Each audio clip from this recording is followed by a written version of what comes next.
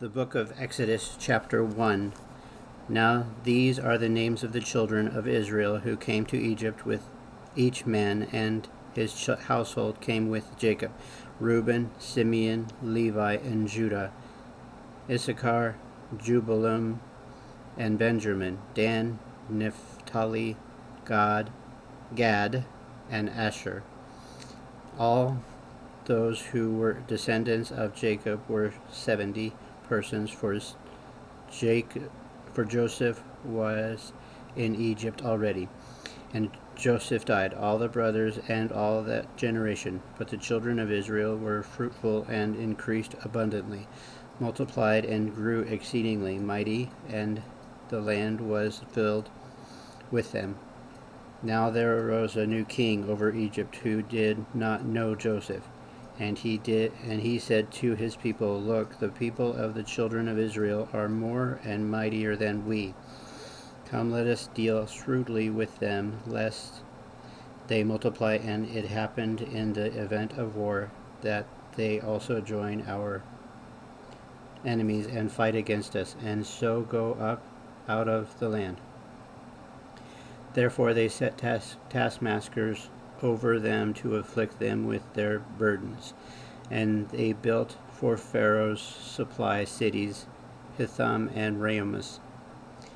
But the more they afflicted them, the more they multiplied and grew, and they were in dread of the children of Israel. The Egyptians made the children of Israel serve with rigor, and they made their lives bitter with hard bondage, in mortar, in brick, and in all manner of service in the field. All their service in which they made them serve was with rigor. Then the king of Egypt spoke to the Hebrew midwives, of whom the names of one was Shiphrah, and the name of the other Puah.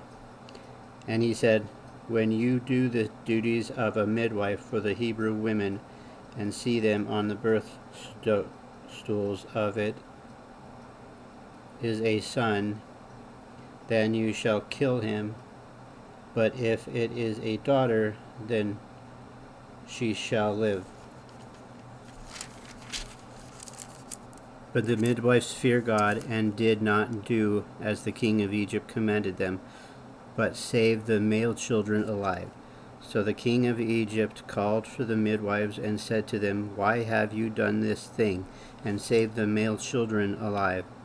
And the midwives said to Pharaoh, Because the Hebrew women are not like the Egyptian women, for they are lively and give birth before the midwives come to them.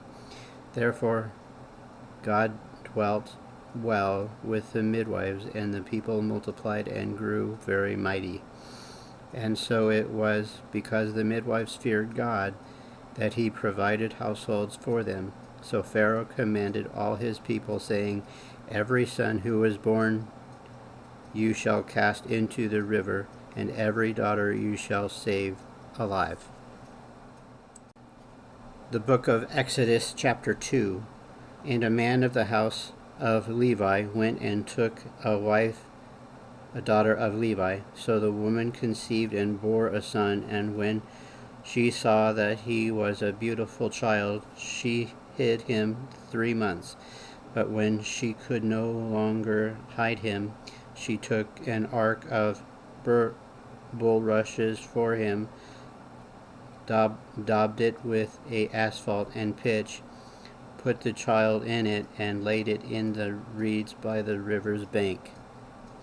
And his sister stood afar off to know what would be done to him.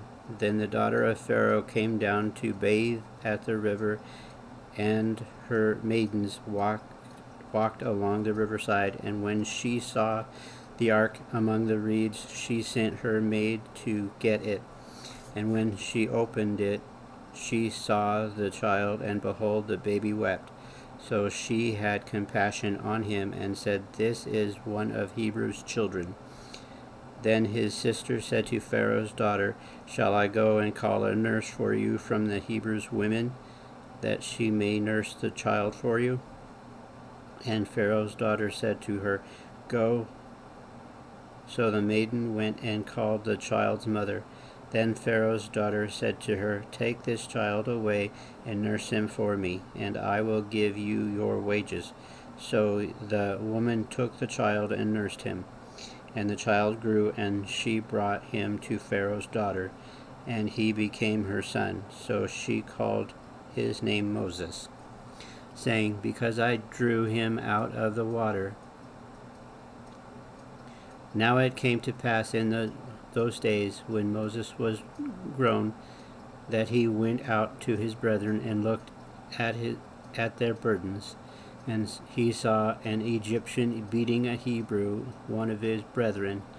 So he looked this way and that way, and when he saw no one, he killed the Egyptian, and he hid him in the sand.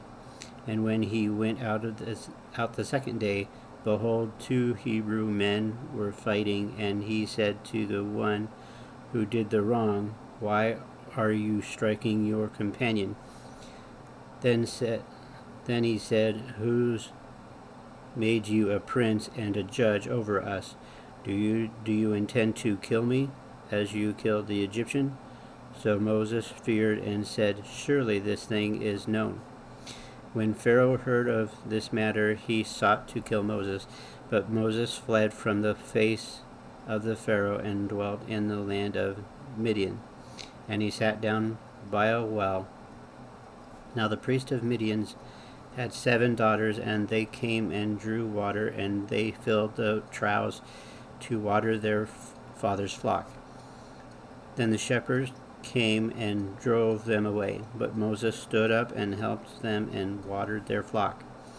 When they came to Reuel, their father, he said, How is it that you have come so soon today? And they said, An Egyptian delivered us from the hand of the shepherds, and he also drew enough water for us and watered the flock. So he said to his daughters, And where is he? Why is it that you have left the man? Call him, that he may eat bread. Then Moses was content to live with the man, and he gave Zipporah his daughter to Moses, and she bore him a son. He called his name Gershom, for he said, I have been a stranger in a foreign land. Now it happened in the process of time that the king of Egypt died. Then the children of Israel groaned because of the bondage, and they cried out, and their cry came up to God because of the bondage. So God heard their groaning, and God remembered his covenant with Abraham, with Isaac, and with Jacob. And God looked upon the child, and God looked upon the children of Israel, and God acknowledged them. The book of Exodus, chapter 3. Now Moses was tending the flock of Jethro, his father-in-law, the priest of Midian, and he led the flock to the back of the desert and came to Hebron, the mountain of God. And the angel of the Lord appeared to him in a flame of fire from the midst of a bush. So he looked, and behold, the bush was burning with fire, but the bush was not consumed. Then Moses said, I will not turn aside and see this great sight, why the bush does not burn. So when the Lord saw that he turned aside to look, God called to him from the midst of the bush and said, Moses, Moses. And he said, Here I am.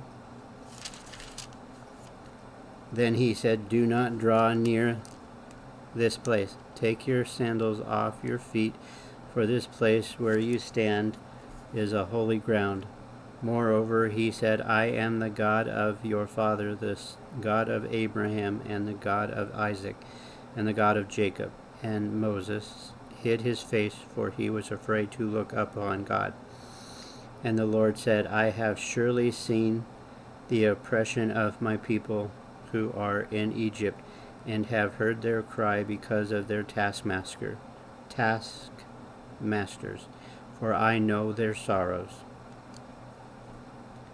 So I have come down to deliver them out of the hand of the Egyptians, and to bring them up from the land to the good and the large land, to a land of flowing with milk and honey, to the place of the Canaanites and the Hittites, that the Amorites and the Perizzites and the Hivites and the Jebusites. Now therefore, behold, the cry of the children of Israel had come to me, and I have also seen the oppression with which the Egyptians oppress them. Come now, therefore I will send you to Pharaoh, that you may bring my people, the children of Israel, out of Egypt. But Moses said to God, Who am I that I should go to Pharaoh, and that I should bring the children of Israel out of Egypt? So he said, I will certainly be with you, and this shall be a sign to you that I have sent you. When you have brought the people out of Egypt, you shall serve God on this mountain. Then Moses said to God, Indeed, when I come to the children of Israel and say to them, The God of your fathers has sent me to you, and they say to me, What is his name? What shall I say to them? And God said to Moses, I am who I am.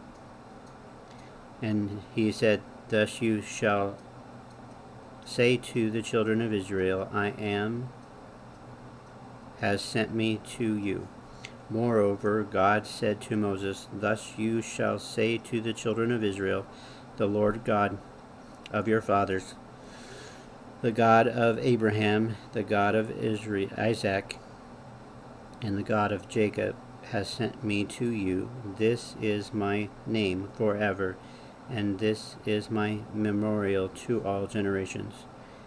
Go and gather the elders of Israel together, and say to them, The Lord God of your father, the God of Abraham, Isaac, and of Jacob, appeared to me, saying, I have surely visited you, and sees what is done to you in Egypt.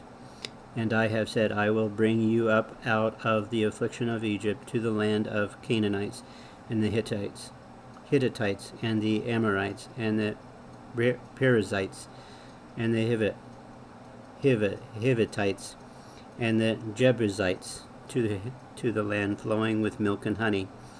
Then they heed your voice, and you shall come, you and your elder of Israel, to the king of Egypt, and you shall say to him, The Lord God of Hebrews has met with us, and now pleases us. Let us go 3 days' journey into the wilderness, that we may sacrifice to the Lord our God. But I am sure that the king of Egypt will not let you go, no, not even by a mighty hand. So I will stretch out my hand and strike Egypt with all my wonders, which I will do in the midst, and after that he will let you go. And I will give this people favor in the sight of the Egyptians. And it shall be, when you go, that you shall not go empty-handed, but every woman shall ask of her neighbor, namely of her who dwells near her house, articles of silver, articles of gold, and clothing, and you shall put them on your sons and on your daughters, so you shall plunder the Egyptians. Well, thank you very much for this reading, listening to this reading, guys. I hope you're having a great day, morning, afternoon, or evening, depending on what part of the day you are listening to this on. I like this story. It's kind of fun. Talk to you tomorrow.